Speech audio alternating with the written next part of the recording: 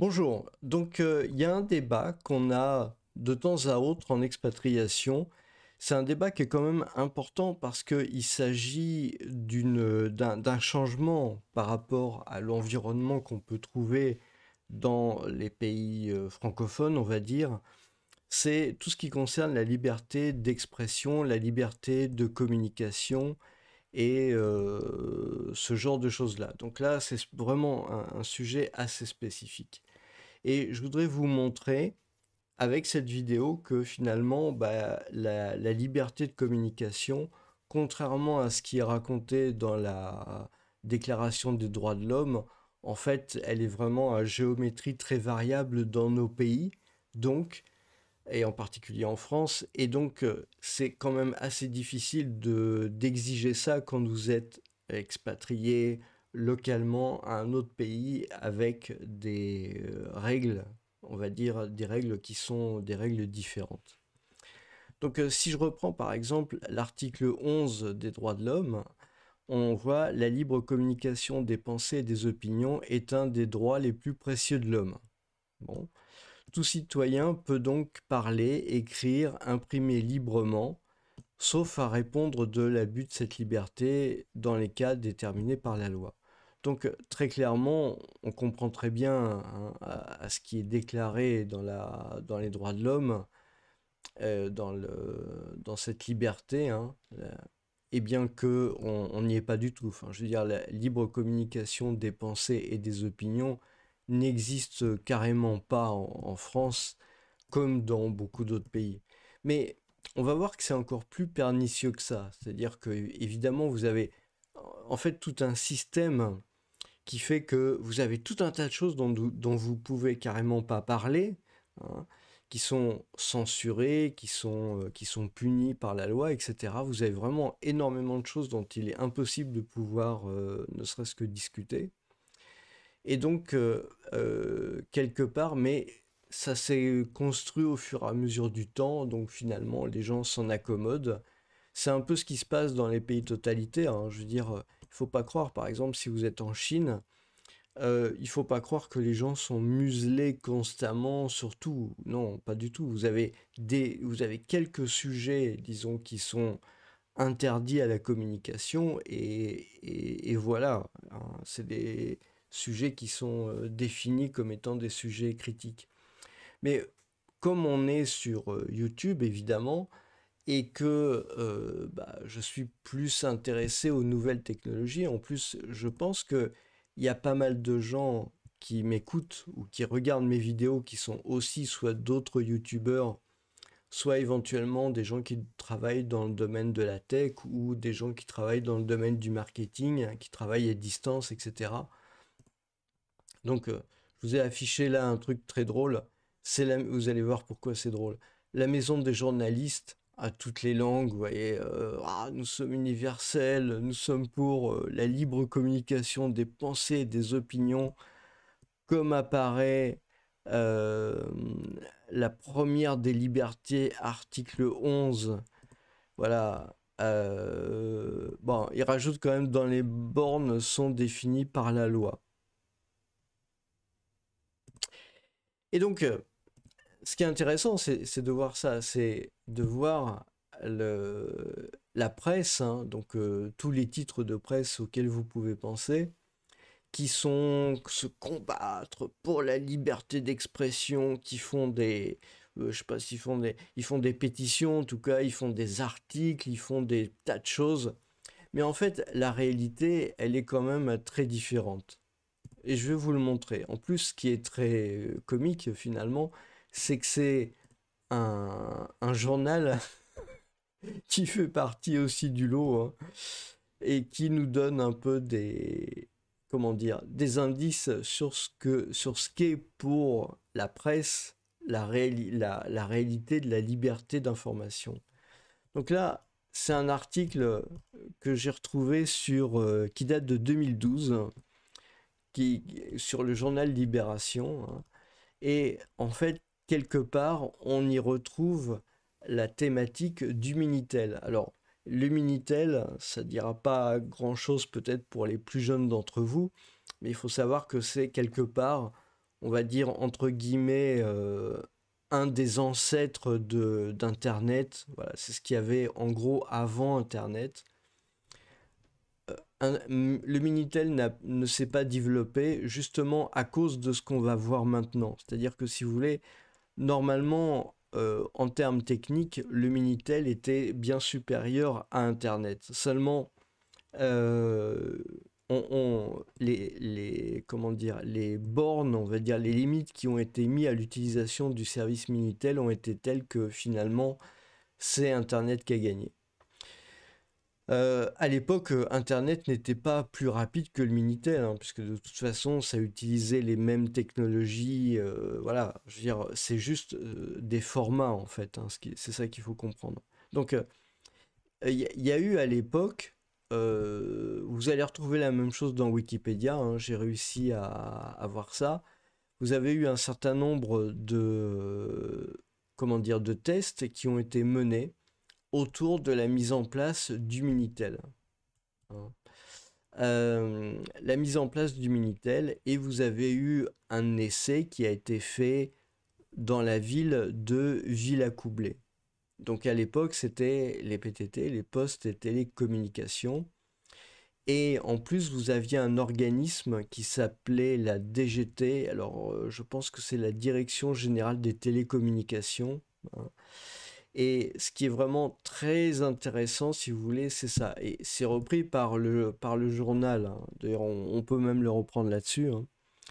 Euh, Donc, ce qui est intéressant, c'est euh, la presse s'inquiète. Très vite, alors que sont menées les premières expérimentations, la presse s'inquiète. Le Minitel va creuser la tombe de la presse écrite, prédit Le Monde en 1980. Donc vous voyez, les gens qui aujourd'hui, comme Le Monde, hein, comme le journal Le Monde, vous font des grands articles sur la liberté d'expression, la liberté dans le monde, etc., euh, ils s'inquiétaient du Minitel. Encore une fois, hein, c'est la même technologie que les messageries, que les sites web, hein. Vous aviez même du dialogue en ligne. Donc, alors c'était pas, c'était des dialogues publics d'ailleurs, hein. Vous aviez des dialogues qui étaient à la fois publics et privés. Donc vous aviez à peu près le même mécanisme, si vous voulez, que des forums publics sous Discord, sous Telegram, ou ce genre de choses-là, si vous voulez. C'est à peu près le même genre d'affichage, parce que la technologie est pas finalement, enfin, je veux dire, le type de technologie est pas finalement si différent.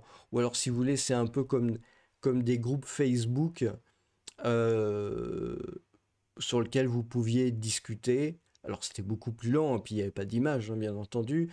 Vous aviez la possibilité d'échanger des messages privés.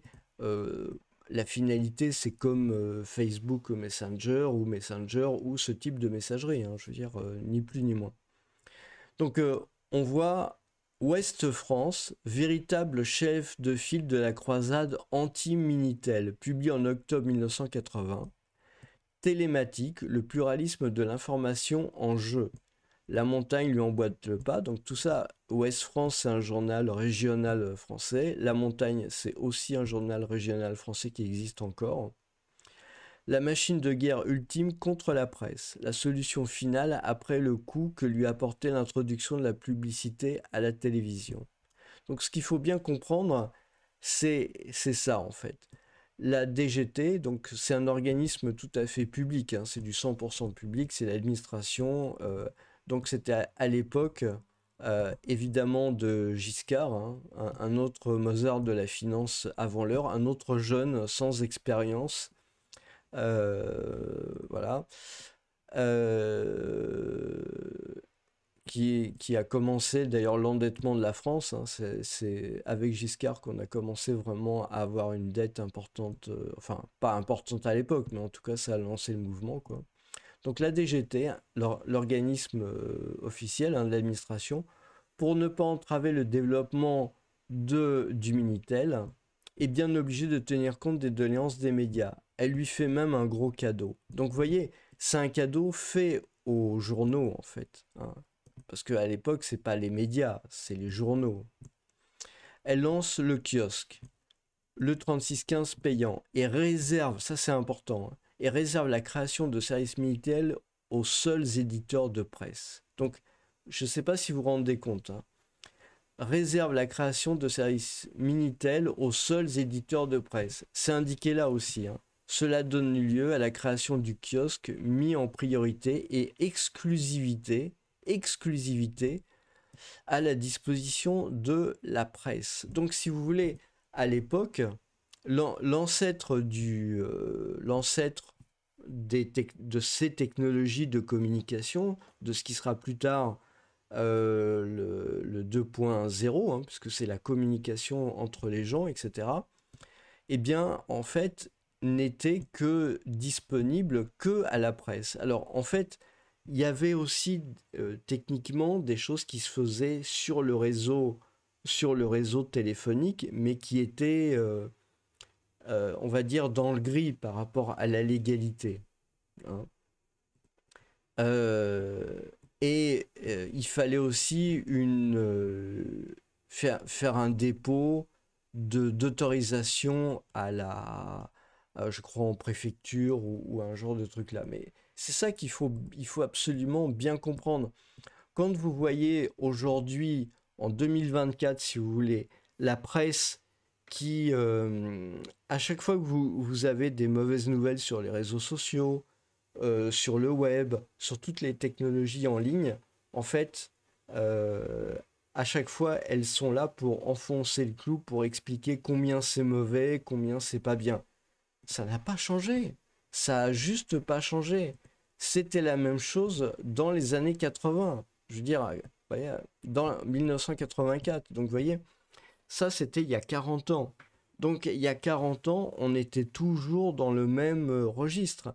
Maintenant, dès qu'il faut dire du mal des réseaux sociaux, de TikTok, de Telegram, de Facebook, de Twitter, eh bien, à chaque fois, on voit la presse, justement.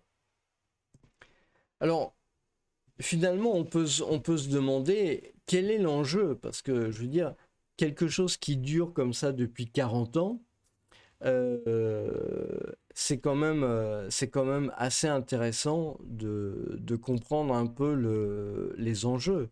Parce que ça veut vraiment dire que la liberté de l'information, c'est assez paradoxal, n'est-ce pas, hein, puisque la maison des journalistes dit la libre communication des pensées et des opinions apparaît comme la première des libertés. Je veux dire, oui, nous sommes pour la liberté, voilà. Vous voyez, la maison des journalistes, nous sommes internationaux, nous sommes pour les droits de l'homme, pour les réfugiés, les journalistes réfugiés, pourchassés dans leur pays.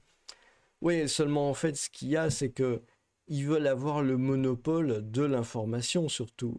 Ils sont pas du tout pour la liberté, ils sont surtout pour leur propre argent, pour pouvoir dire les choses. Je veux dire, si vous avez des gens, par exemple, qui sont pas des journalistes et qui donnent de l'information, ils sont attaqués aussi par ces gens-là. Donc, je trouve que c'est quelque chose d'assez terrible finalement. Donc il y avait déjà des moyens à l'époque, hein, de passer outre. C'est-à-dire, c'est ce que je vous avais expliqué. En marge de ces services tel et tel, il était tout à fait possible de composer des numéros classiques à 8 puis à 10 chiffres pour se connecter à un autre Minitel en mode retourné. En fait, il y avait voilà, des micro-serveurs accessibles aux serveurs BBS. Moi, j'ai géré, hein, ce genre de truc-là, des serveurs BBS qui étaient des serveurs en fait avant la lettre, avant le web, parce que la technologie web, les liens URL n'existaient pas. Donc, c'est le genre de choses qui a été mis en place, mais c'était un peu dans une zone grise, parce qu'il faut bien comprendre que tout ce qui était télécom, en fait, était d'État. C'est-à-dire qu'il n'y avait pas il y avait pas de notion de privé, etc. C'était vraiment complètement l'État, quoi. Ce qu'il faut aussi bien comprendre, hein, c'est que quelque part, les journaux ont réussi leur coup. Ça veut dire qu'ils ont vraiment réussi à éliminer le Minitel, hein. C'était leur objectif, quelque part. Ils ont réussi, mais malheureusement, ils n'ont pas eu assez de visibilité sur comment dire, le besoin de liberté des gens, de liberté de l'information. Et donc, si vous voulez, ils ont plombé finalement avec un système administratif aberrant, ils ont fini par plomber le Minitel, ce qui fait que vous voyez, en 2012, bah, finalement, le service s'est arrêté. Et puis, bah, Internet était déjà depuis de nombreuses années beaucoup plus intéressant. Mais ce qu'il faut vraiment bien comprendre, hein, c'est que ce qu'il faut vraiment bien comprendre, c'est que le Minitel aurait pu être à la place d'Internet. C'était vraiment possible, il y avait la technologie, c'était tout à fait possible. Et là, on est vraiment dans le cas de quelque chose qui a été plombé de manière délibérée, hein, par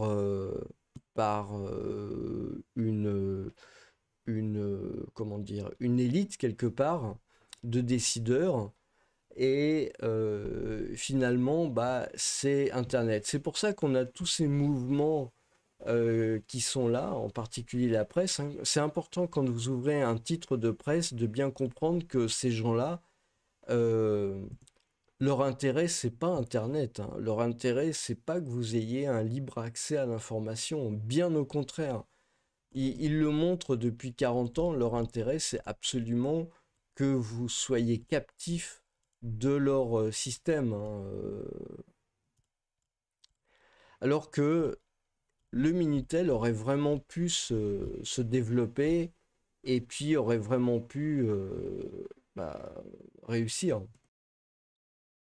Donc si vous voulez, quand vous regardez bien l'historique, hein, expérience de Saint-Malo, alors qu'il est prévu de fabriquer 30 millions de Minitel, Giscard, devant le lobby de la presse, qui voit un concurrent dans cette nouvelle technologie, se ravise et décide de lancer des expérimentations. Vous voyez à quel point c'est intéressant, hein. C'est quelque part les jeunes Mozart de la finance se suivent et se ressemblent, hein. C'est vraiment ahurissant à quel point on peut voir quelque part quand même 45 ans après le mal que ces gens-là ont fait à la France. Vous rendez compte à quel point le mal qu'ils ont fait à la France avec